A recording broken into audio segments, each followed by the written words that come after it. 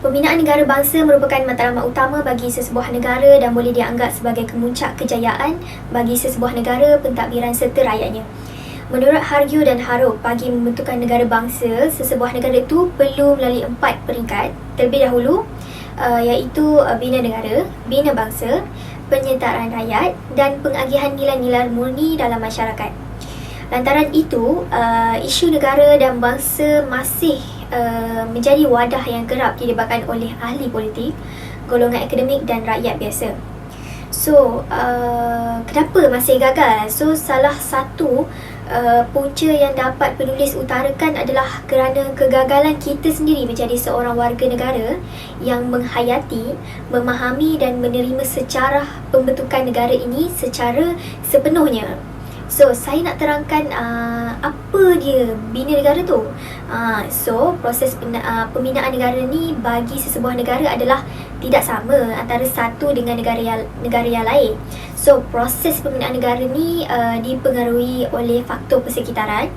Ada setengah negara pernah menjadi tanah jajahan, manakala sebahagian negara pula merupakan negara merdeka sejak awal penubuhannya.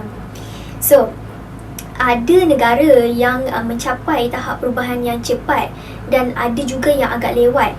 Hanya selepas Perang Dunia Kedua berakhir, wajah pembinaan negara berasaskan pelbagai kaum ni mula tergambarlah. Sebelum tarikh tersebut, pembinaan negara bangsa hanya berkisar antara orang-orang Melayu sahaja. So, sebahagian mengukuhkan lagi asas bina negara yang sudah dilakukan. Ia diikuti pula dengan pelaksanaan penubuhan Persekutuan Malaysia pada tahun 1963. Hasilnya, Malaysia wujud sebagai sebuah negara berdaulat dan bebas daripada cengkaman penjajahan. Biarpun begitu, pada saat itu, yang ada ialah hanya sebuah pembinaan negara sahaja. So, apa dia itu bina bangsa? So, bina bangsa ialah interaksi antara anggota masyarakat pada tahap ini berada dalam paras yang minimum. Sebagai contoh, mereka hanya bermasyarakat dalam bentuk pertemuan ketika menjalankan urusan perniagaan atau urusan harian seperti pekerjaan dan lain-lain.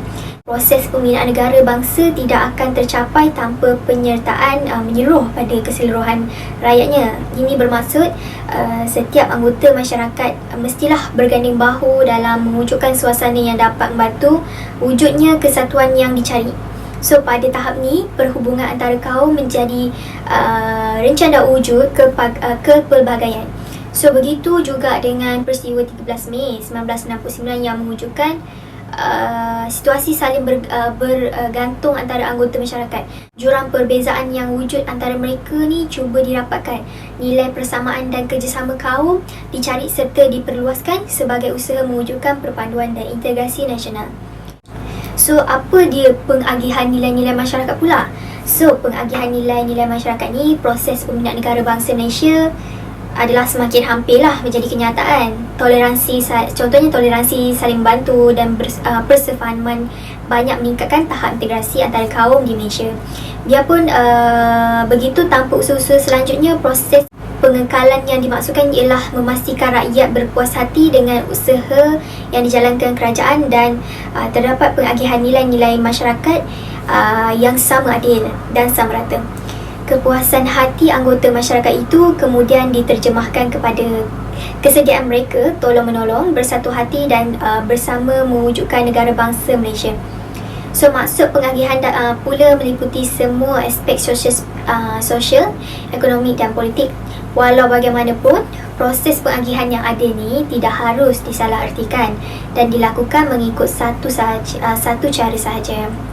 Pengagihan yang ada itu haruslah mengambil kira dan menimbangkan keadaan perkembangan negara sejak sebelum merdeka dan sehinggalah kepada hari ini. So, disebabkan wujud pelbagai kaum di Malaysia ni, maka telah wujud juga slogan antaranya menjadikan lebih pembinaan negara bangsa yang kita tahu ialah itu Satu Malaysia lah, iaitu satu gagasan yang diperkenalkan oleh Perdana Menteri Malaysia ke-6 Datuk Seri Muhammad Najib Tun Haji Abdul Razak pada 2 April 2009. So, intipati gagasan ini idea satu bangsa tanpa mengira kepelbagaian etnik lah dan kebudayaan. Semua pihak mestilah bersama-sama menjayakannya. So, pelaksanaan ni akan bukan dibuat semalaman tapi secara transformasi. So, aspek utama ialah sikap saling menghormati dan bersikap menerima di antara satu sama lain. Masyarakat majmuk di Malaysia perlu disatukan melalui satu Malaysia. Hubungan kaum diperketatkan bagi jangka masa panjang. Tiada perbezaan antara bandar dan luar bandar. So, jadi adakah Malaysia ni telah mencapai pindaan negara bangsa pada waktu ni? Macam yang kita tahu, isu-isu sekarang, antara yang boleh diterapkan lagi untuk pembinaan negara bangsa di Malaysia ni adalah beradab. So, beradab ni menjadikan seorang individu tahu dalam mengawal tingkah laku, sikap dan peraturan apabila hidup dalam bermasyarakat lah.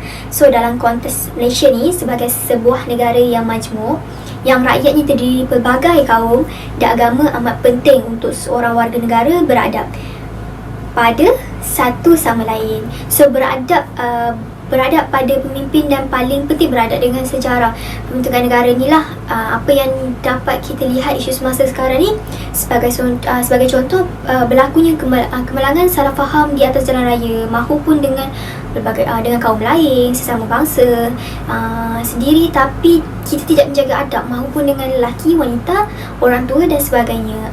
So, beradab ni sangat penting untuk setiap diri dalam diri masyarakat lah, kerana ia menunjukkan diri seseorang itu. So, untuk membentuk negara, kunci utama adalah bertolak ansur. Dan apabila kita bersikap baik, bertolak ansur, hormat menghormati, generasi muda dan akan datang turut akan mengamalkannya. So, masyarakat sekarang ni masih lagi tidak sedar tentang beradab sesama masyarakat. So, boleh dilihat masyarakat hari ni masih juga ada membuat onar apabila pertikaikan secara terbuka dan biadab pada kedudukan raja, peranan raja, Raja Melayu, hak keistimewaan orang Melayu, agama Islam sebagai agama rasmi, persekutuan dan bahasa Melayu sebagai bahasa kebangsaan.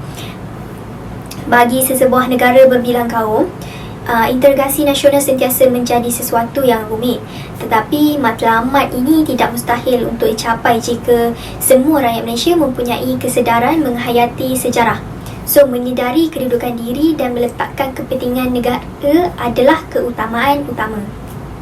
So, apabila semua rakyat berada pada sejarah, negara sedarlah bahawa kita selangkah makin dekat negara yang diidamkan.